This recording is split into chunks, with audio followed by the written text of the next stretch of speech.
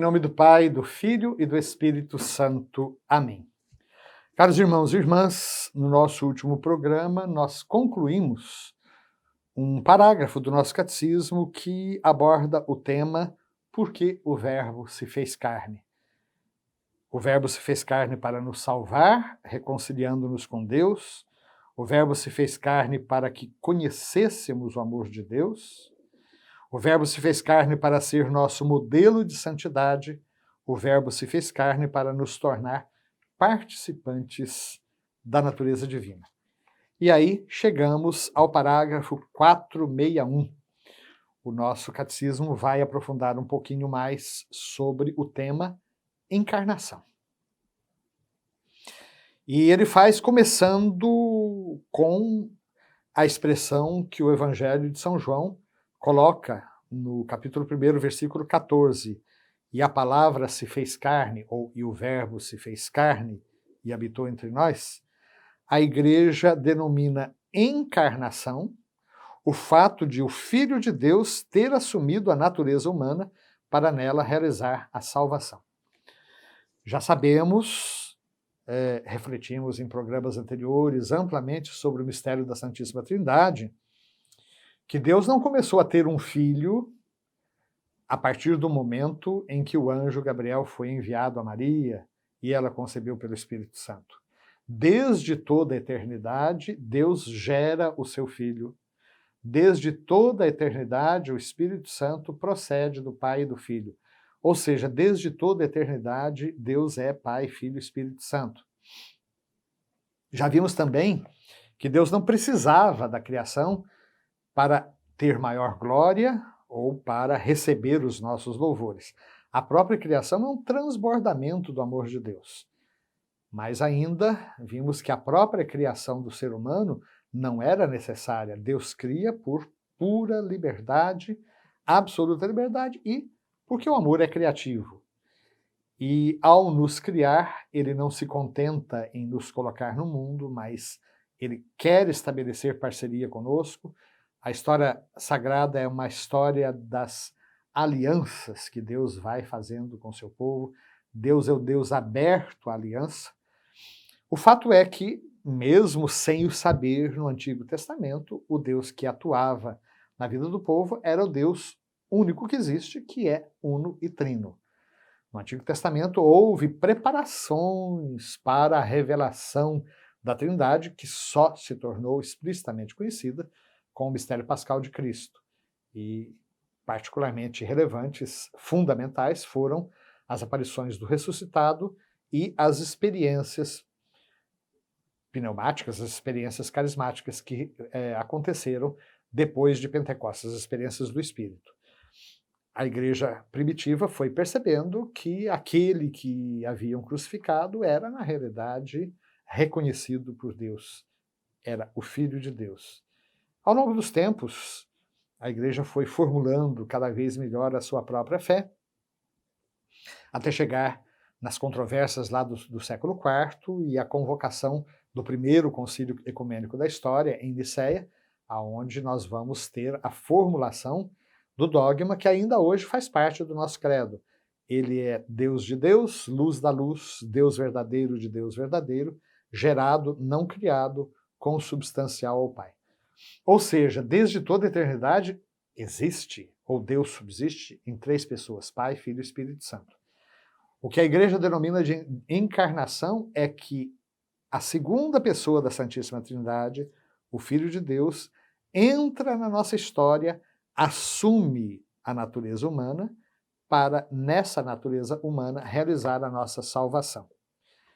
E aí, aqui o nosso catecismo cita um hino proveniente de São Paulo, né? E que em que a igreja canta o ministério da encarnação. Esse hino é possivelmente o mais antigo hino cristológico que nós temos em todo o Novo Testamento. É aquele que está na carta aos Filipenses, no capítulo 2, versículos 5 a 8. Haja entre vós o mesmo sentir e pensar que no Cristo Jesus. Ele, existindo de forma divina, não se apegou ao seu ser igual a Deus, mas despojou-se, assumindo a forma de escravo e tornando-se semelhante ao ser humano. E, encontrado em aspecto humano, humilhou-se, fazendo-se obediente até a morte e morte de cruz. Aqui, então, fica claro o que nós entendemos por mistério da encarnação. O Filho de Deus, eterno, pré-existente, na plenitude dos tempos, se despoja do seu ser igual a Deus, do seu ser divino, e assume a forma de servo, se torna semelhante a nós em tudo menos no pecado, e mais ainda se faz obediente até a morte e morte de cruz. Parágrafo 462. Nós temos aqui uma citação da carta aos Hebreus, que fala desse mesmo mistério. Por essa razão, ao entrar no mundo, Cristo declara: não quiseste vítima nem oferenda, mas formaste um corpo para mim. Não foram do teu agrado holocaustos nem sacrifícios pelo pecado. Então eu disse: eis que vim, ó Deus, para fazer a tua vontade. Hebreus 10, 5 a 7.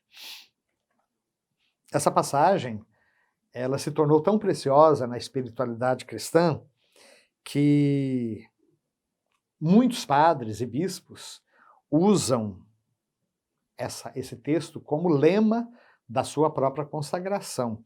Particularmente essa expressão, eis que eu vim, ó Deus, para fazer a tua vontade, que em latim começa com as duas palavrinhas, ecce venio, eis que eu venho, né? Ecce venio. Muitos bispos que eu conheço, e padres também, colocaram como lema da sua ordenação, ecce venio.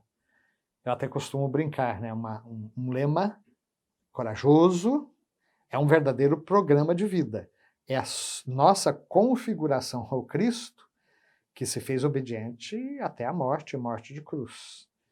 Eis que eu venho, ó Pai, para fazer a tua vontade.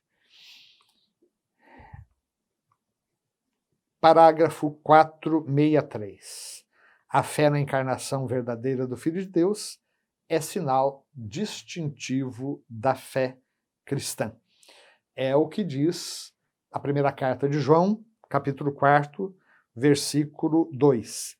Este é o critério para saber se uma inspiração vem de Deus. De Deus é todo espírito que professa que Jesus Cristo veio na carne. É interessante que, dentro do corpus joanino, né, o evangelho é aquele que mais eleva a afirmação e a profissão de fé da divindade de Jesus. No princípio era o Verbo, e o Verbo estava com Deus, e o Verbo era Deus. E a própria confissão de Tomé, depois da ressurreição: meu Senhor e meu Deus. Tomé confessa diante de Jesus: meu Senhor e meu Deus. Já na primeira carta, a preocupação era outra. Tinha gente negando a humanidade de Jesus. O que vimos, o que ouvimos, o que tocamos, comemos com ele, isso vos anunciamos, da palavra da vida. Assim começa a primeira carta de João. E aqui o critério para saber se uma inspiração vem de Deus. De Deus é todo espírito que professa que Jesus Cristo veio na carne. E aquele que nega que Jesus veio na carne é o anticristo. Assim nos lembra São João. Então, meus queridos, queremos agradecer muito, porque cada vez mais a meditação sobre a encarnação nos fala de quanto Deus nos amou, e de quanto Ele nos quer bem, e de como Ele nos quer consigo.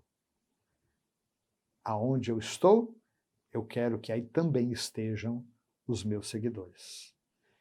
Que o Senhor nos abençoe, nos livre de todo mal e nos conduza à vida eterna. Amém.